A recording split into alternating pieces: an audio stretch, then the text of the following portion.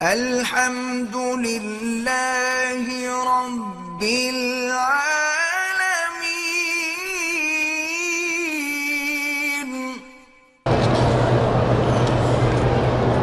بہرحال میرا بھائی میلاد منانا اگر سنت ہوتا تو مجھے کیا تکلیف ہے، میں کیوں چھپاتا؟ میں نے خدا کو قیامت میں جواب نہیں دینا۔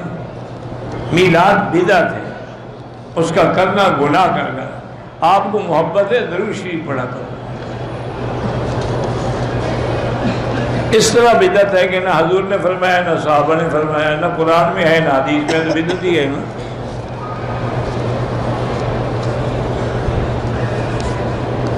آدمی گروی مکان لے سکتا ہے، مجھے نہیں پتا گروی مکان کیا مطلب۔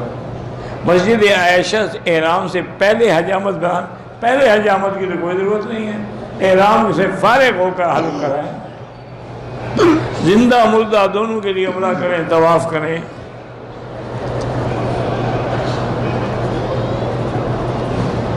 ہم آج تک حساب لگا کر زکوٰۃ نہیں دیتے تھے، دیتے تو تھے لیکن حساب نہیں کرتے تھے۔ اب آپ اندازہ کر لیں کہ ہماری تقریباً ہر سال زکوٰۃ مثلاً 1000 بنتی تھی، دیتے کتنے تھے ہم؟ 800۔ تو جتنی کم بھی ہے وہ دے دو۔ شادی ہو گئی، رخصتی نہیں ہوئی اور طلاق ہو گئی، تو اگر میاں بیوی ملے تھے علیحدہ کمرے میں تو اب تو پوری اس کو باہر دینی پڑے گی۔ اگر میاں بیوی 1 منٹ کے لیے بھی علیحدہ نہیں ملے ہیں تو پھر آدھی باہر دینی ہوگی۔ اسی طرح جیسے دنیا کے اندر بھی اس کی مثالیں موجود ہیں کہ اگر خدا نہ کرے کسی آدمی پر جن کا تسلط ہو جائے، چونکہ جن جو ہے نا یہ تسلط کرتے ہیں، چونکہ جنوں میں اچھے بھی ہیں برے بھی ہیں، جنات میں مومن بھی ہیں کافر بھی ہیں،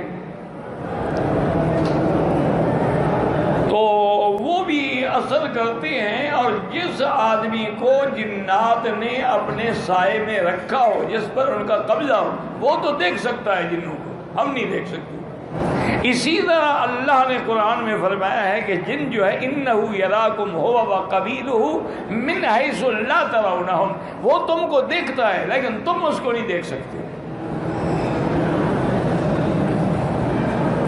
اسی لیے حکم ہے کہ اگر حمام میں جاؤ تو فوراً پڑھو اللہم انی اعوذ بک من الخبث والخبائث، پھر شیطان شرارت نہیں کر سکتا۔ اسی طرح جب میاں بیوی ملنا چاہیں اور کپڑے اتارنے سے قبل ان کو بھی چاہیے کہ اعوذ باللہ من الشیطان الرجیم اللہم جنبنا الشیطان مما رزقتنا وجنبنا عنہ۔ وہ اگر یہ پڑھ لیں گے تو شیطان دخل نہیں دے گا، اور اگر وہ دونوں یہ چیزیں نہیں پڑھیں گے تو وہ جو کچھ کریں اس میں شیطان بھی شریک ہوتا ہے۔ جب آپ یہ پڑھ لیں گے شیطان آ ہی نہیں سکتا۔ یہ سب سے بڑے مشکلات میرے بھائی جو ہیں نا وہ یہی ہوتے ہیں کہ ہماری بیٹیاں، ہماری بہنیں کچھ فکر نہیں کرتی، خاص طور پہ ایام حیض میں ناپاک ہوتی ہیں، ایام نفاس میں ناپاک ہوتی ہیں، یا اپنے میاں سے ملنے کے بعد حالت جنابت میں ناپاک ہوتی ہیں، اور پھر کپڑوں کا بھی خیال نہیں کرتی۔ یہی موقع ہوتا ہے جا کے جنات اثر کرتے ہیں۔